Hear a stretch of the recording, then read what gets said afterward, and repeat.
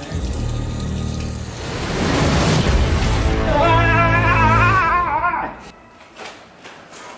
hey guys, what's up?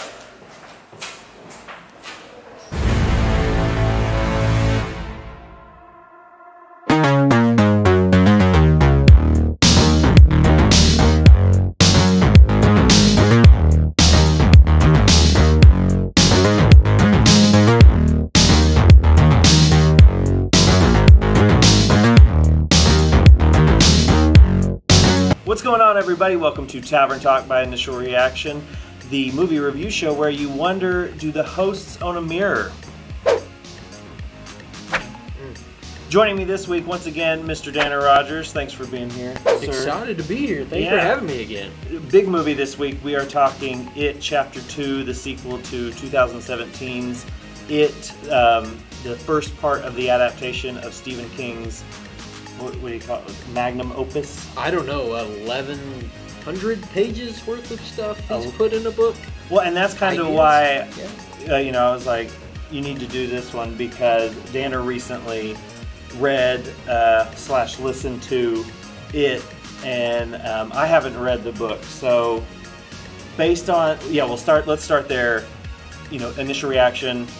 You know the source material. I don't. That's where we're coming from. What'd you think? I thought it was very well shot. Yeah. It was beautiful. But it had some problems with pacing. Ooh.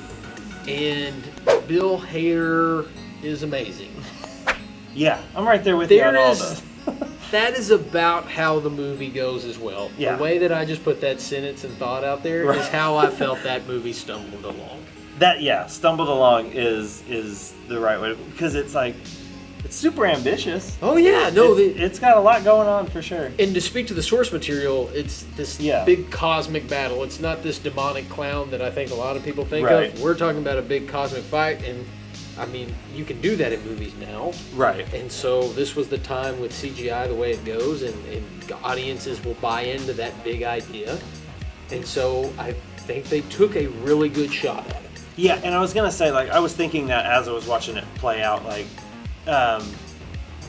it's weird. Like, it's out there because it's this whole cosmic thing and rituals and all this just weird, like, things you don't typically see in a horror movie. Right. Like, usually, it goes back to, like, it's a cult, or it's, some type of possession from something that haunted this town or whatever centuries ago or whatever, But yeah, to like swing for the fences like this, it was like, okay, that's cool. Like, yeah, it's weird, and people are gonna be like, whoa, where are we going? What are we doing here? But like, really, it was like, okay, this is different, and like I can appreciate that because it's really going for it. But at the same time, yeah, it takes so long to get there, and then that final act we were talking before, like, it's like an hour-long climactic scene just by itself, which is like, it's I don't know, it's kind of a double-edged sword, because it's like, once they, like, not to spoil anything necessarily, but once that final battle is won, or however you want to phrase it, it's like, it feels earned. Right, it does feel earned. But at the same time, it's like, whoo, that was a long way to go to get to this. To that point, when you think about horror villains, like Pennywise is probably plays second fiddle to maybe your Freddy Krueger, Jason, Michael Myers. Right, yeah. And then there's Pennywise. I would say he's in that. Yeah, he's up there for sure. So to have this epic battle with him, something the miniseries didn't do well at all. You lose Tim Curry's character late in that miniseries to a giant spider. Right, yeah. You continue to see Skarsgård's really great performance as that character, so that pays off. But to get there, it did take forever, yet we missed out on some really good aspects. Like, all the losers, except for Mike Hanlon, who stayed back in Derry, are doing really well with this one, like, catch flaw. Yeah. We saw Jessica Chastain dealing with some domestic violence. Right. The novel does a really good job of her being this strong-willed woman, but still feeling like she needed that, whatever that father issue she had with her own father, that abuse. Wow. And I thought they touched on it really well in here, and in the day and age of Me Too, it's great to touch on it, and then they never went back to it. Right. And it's a great part of the source material. I thought that really, even in today's world, is even more applicable, that they let go. And I didn't understand that. Yeah, and well, like they really kind of harp on the character arcs of Beverly, Yep. Of Bill, of James McAvoy's character, and of Bill Hader's character, Richie, and then by default, kind of Ben because of his connection with Beverly. But I felt like in the first part, like Mike's character is kind of gets the shaft. Like he's, as much as we're seeing Bill deal with his like current life and how it's kind of falling apart because he still has this, issue with blaming himself for Georgie's death, and then like you said, Beverly's issues with her father bleeding into her marriage, and then Richie is just numb to life, and then trying to figure out who he is and everything. Like there's some good stuff in there, like you're saying, like there's some rich character material, but it's just it gets so bogged down in the big horror arc of it all, which is fine. Like that's what this is supposed to be, and Skarsgård is great as Pennywise when he really gets to like dig into it. Yeah. I wish they wouldn't have relied so much on like CGIing him up, like his body and around him. I wish they would have just kind of let his like physical presence breathe a little bit more. I don't know. I went into this like really wanting to love it because horror films in general I always feel kind of low key, cheaper, and this just felt like an epic, a horror film on an epic scale. Yeah, and I think today, especially with what Blumhouse is doing, with, very low budget and then making $500,000, they're doing great. This was the Marvel-esque answer to that. And at times, to your point, the CGI seemed overdone. I thought the de-aging was odd at first. Yeah.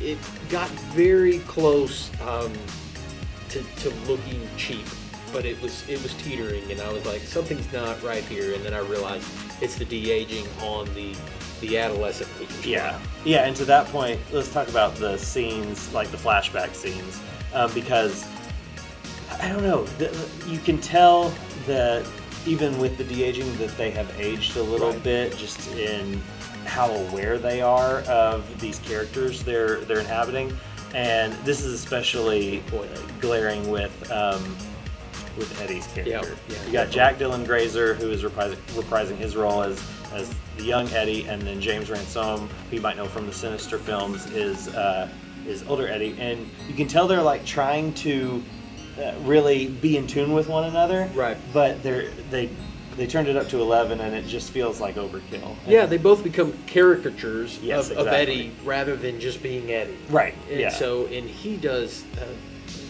Adolescent Eddie is so wonderful in the first film. Yeah. And then even in Shazam, he's kind of like comical. He's like a Richie Eddie, and like, oh, that kid, he's wonderful. Like no. And then this, it was like I don't want to say trying too hard's the easy way to put it, but it just seemed turning it up to 11, overdoing it. Yeah, no, it was like, oh, this really worked in the first one. I'm just gonna like really lean into it and see hopefully it works just as much and people love it even more, because he was like the standout in the first one. Like I took his Grazer, I took like him and was like, oh, that kid's gonna be good and whatever, but whatever else he does. James McAvoy really trying to hide that accent here. I wondered if we were falling into a split situation because it changed from time to time, and he would yell. I was just waiting for his hair to be gone at some point. Right, exactly, and he would yell, and it was a completely other accent. Like it was, it reminded me of Mel Gibson in his early movies where he covers up his accent, becomes Australian when he gets mad. It's a different thing. But this got into that. He was all over the place. His pitch was all over the place, and I feel like he really was reliant on his brow.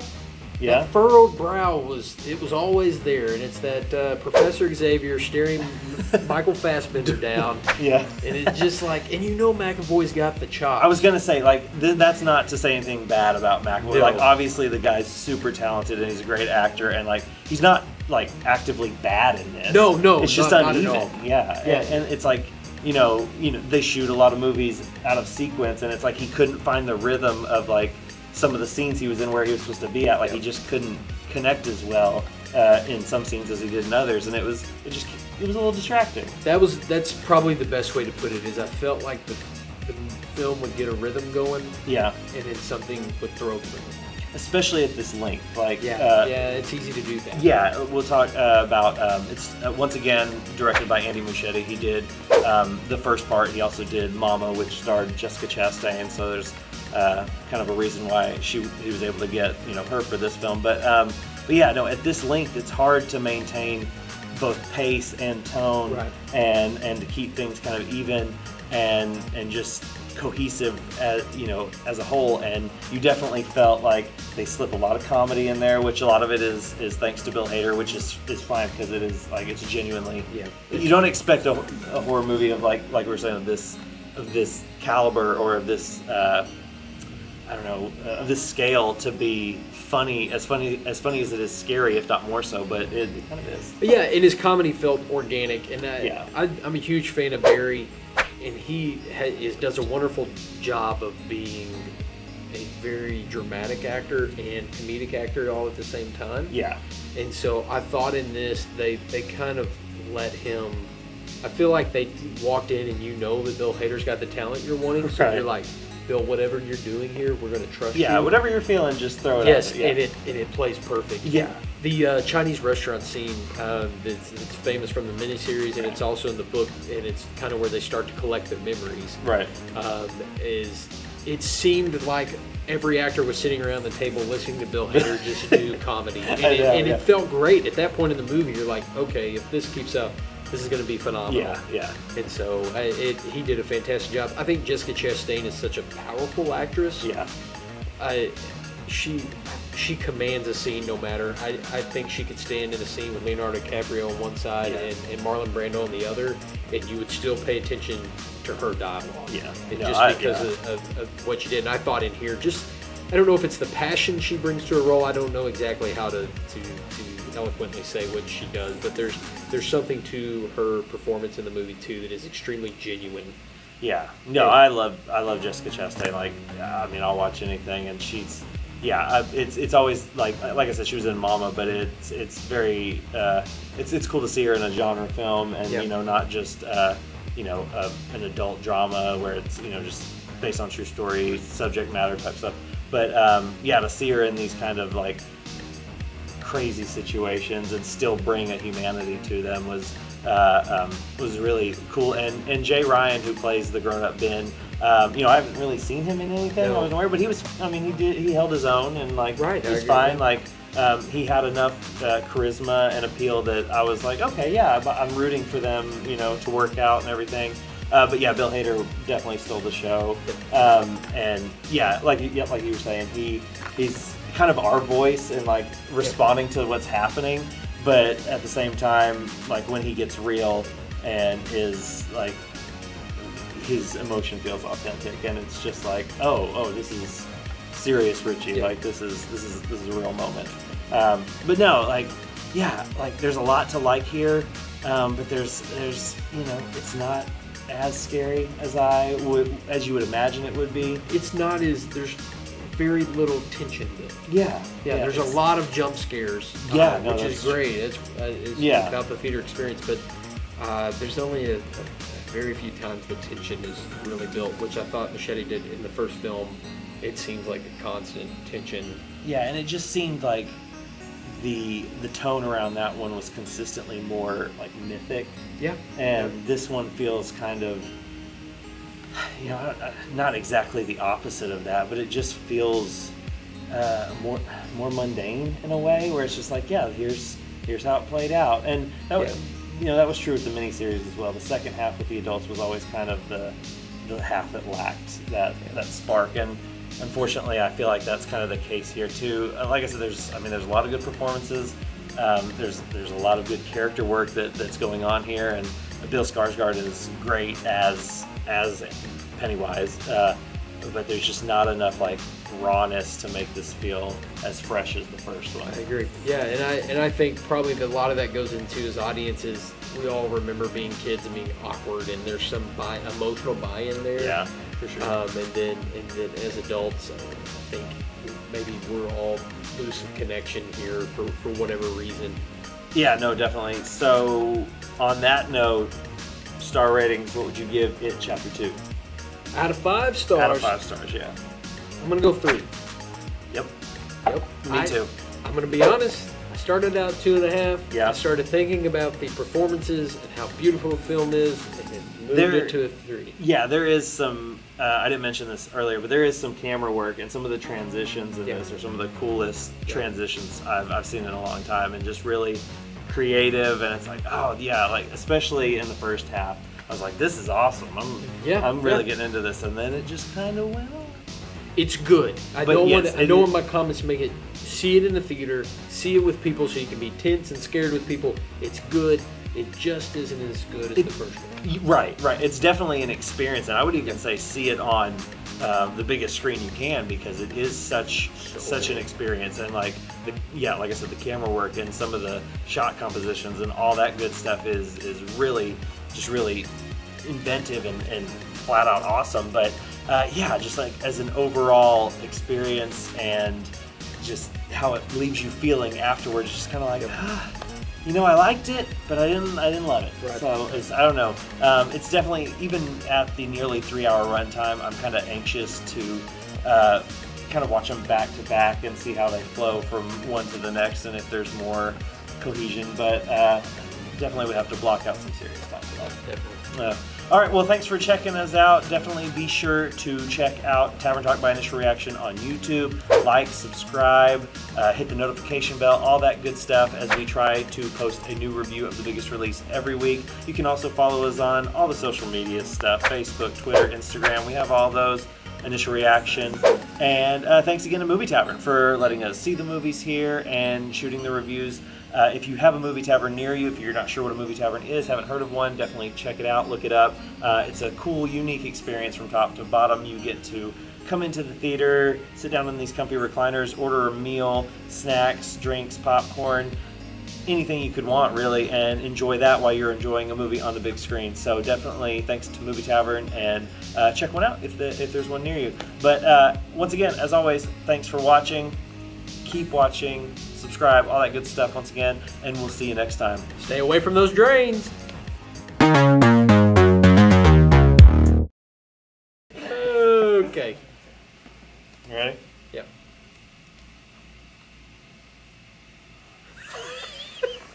Sorry. Stop. I'm sorry. Think about something terrible. Let me restart it.